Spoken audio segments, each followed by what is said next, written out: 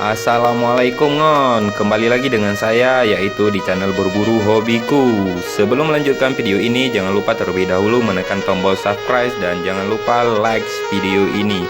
Oh iya, jangan lupa juga ya tekan tombol lonceng yang ada di sudut kanan Anda agar Anda selalu menerima video terbaru dari channel kami. Terima kasih. Jika dilihat di video ini, Aceh sudah berkembang pesat dari segi bangunan dan teknologi. Oke, hari ini adalah hari kedua puasa dan saya ingin menceritakan sedikit kisah pilu di saat tsunami tanggal 24 Desember 2004 yang lalu. Oke, silakan diikutin terus ya videonya. Bencana tsunami menimbulkan banyak korban jiwa dan kerusakan parah di Aceh. Ada banyak cerita hadir saat tsunami melanda. Kisah sedih, kisah perjuangan warga yang selamat saat diterjang tsunami,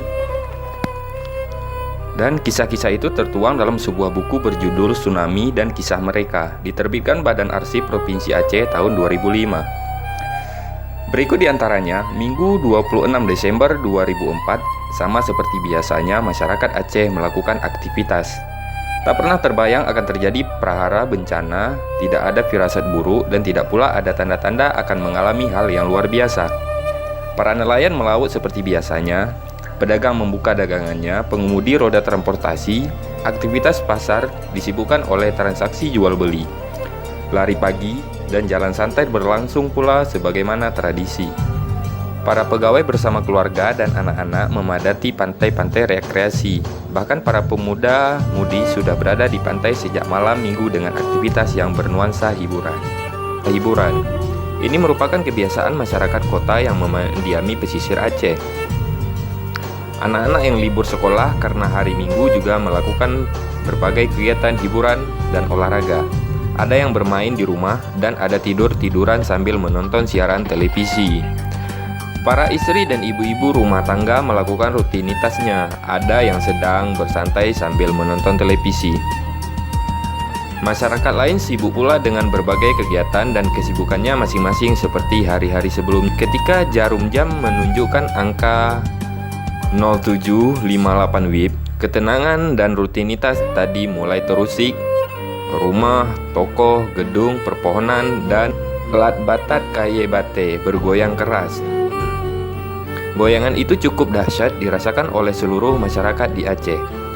Saat itu, badan manusia limbung, terjembab ke tanah dan ada yang harus tengkurap akibat bumi yang bergoyang melebihi goyangan yang pernah terjadi. Sejurus kemudian banyak bangunan roboh, bahkan ada yang ditelan bumi. Di beberapa tempat, bumi bahkan terbelah, ada yang memancarkan air. Pagi itu masyarakat terpaku pada gempa tektonik yang bergoyang daratan Aceh dengan kekuatan 9,4 pada skala Richter. Sebagian warga tampak menyelamatkan barang-barang dan harta benda lainnya dari goyangan gempa. Suara meringis dan tangis terdengar di beberapa tempat. Begitu pula kalimat-kalimat La ilaha illallah terdengar dari ucapan orang-orang. Ketika itu, ada korban yang terjepit dan ada pula yang tertimbun reruntuhan. Tidak cuma itu, yang selamat pun masih harus bersusah payah berupaya membantu orang-orang yang terluka, yang terkena musibah.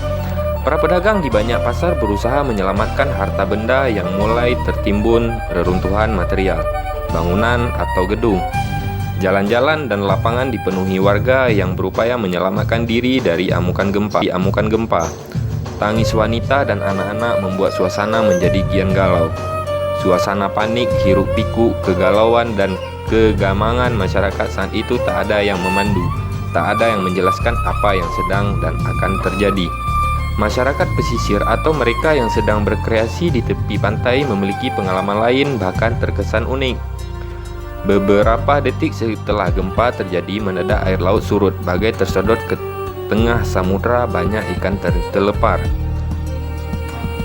Warga pesisir dan orang-orang yang berkreasi di hari Minggu itu lalu beramai-ramai menangkapi ikan yang kini kehilangan air.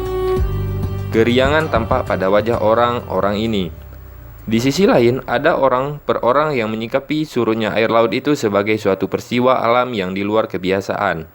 Logika mereka menyatakan akan terjadi sesuatu.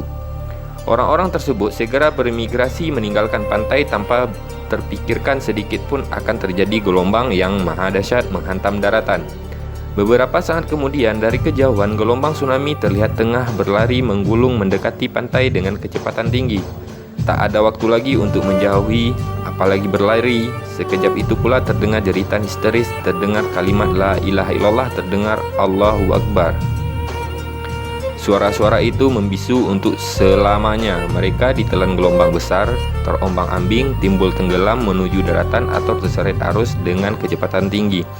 Gelombang tsunami yang perkasa itu terus saja menjalar ke daratan. Suaranya bergemuruh menabrak apapun yang ada di depan atau menghalangi lajunya. Bangunan yang roboh akibat gempa sebelumnya dengan mudah dihanyutkan menuju daerah-daerah pesisir dan dataran rendah. Mobil-mobil mengapung di bawah arus, aspal terkelupas, jembatan dan tanggul patah, jaringan listrik dan sarana komunikasi terputus. Rumah-rumah penduduk hancur dan bangunan-bangunan lain yang berada di posisi pantai porak-poranda. Kecepatan air begitu dahsyat sehingga banyak warga yang tak sempat menyelamatkan diri. Kecepatan berlari seorang jauh kalah cepat dibanding lajunya gelombang.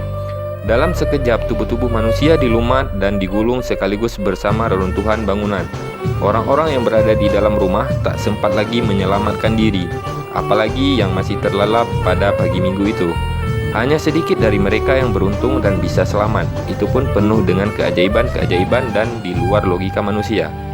Mereka yang luput dari maut berimigrasi mencari dan menempati tempat-tempat yang diperkirakan aman dari jangkauan gelombang. Dengan suara gemuruh, bagaikan seekor naga raksasa lapar, gelombang itu melumat dan merobohkan bangunan perpohonan, rumah-rumah penduduk, lalu menyanya ke darat sejauh 7 km, kemudian menarik ke laut dengan kekuatan dan kecepatan yang sama hingga 7 kali. Dalam waktu 7 menit, tidak kurang 300.000 orang yang mendiami daerah pantai Banda Aceh, Aceh Besar, Aceh Jaya, Aceh Barat, Nagan Raya, Pidi, dan Aceh Utara terapung menjadi mayat. Sungguh di luar dugaan bahwa gelombang itu muncul dengan menghantam daratan Aceh. Walaupun mereka pernah mendengar dan meyakini adanya ibna saat dunia kiamat, maka ketika air itu mendarat, mereka berpikir dunia sudah kiamat. Karena itu tidak sedikit orang yang pasrah dengan hanya berucap kalimat la ilaha illallah dan Allahu Akbar. Masyarakat internasional pun terkesima karena istilah tsunami yang mereka pelajari dan berbagai literatur tidak sedahsyat yang terjadi di Aceh. Para ahli mendeskripsikan tsunami sebagai gelombang laut dengan periode panjang yang ditimbulkan oleh gangguan implosif yang terjadi pada medium laut. Gangguan implosif ini bisa disebabkan oleh gempa tektonik, erupsi vulkanik, atau landslide longsoran. Kata tsunami sendiri diadopsi dari bahasa Jepang, sebuah negara yang kerap dilanda gelombang ini. Kata tsu bermakna pelabuhan dan nami adalah gelombang. Istilah tsunami belum dikenal oleh masyarakat Aceh, tetapi gejala yang sama pernah dikenal oleh masyarakat Kepulauan Semilu, Samudra Hindia, dengan istilah sumong. Masyarakat Semilu mewarisi tradisi nenek moyang mereka lari ke tempat yang lebih tinggi tatkala gempa menggoyang bumi, walaupun gelombang tak kunjung menghantam pemukiman yang mereka diam.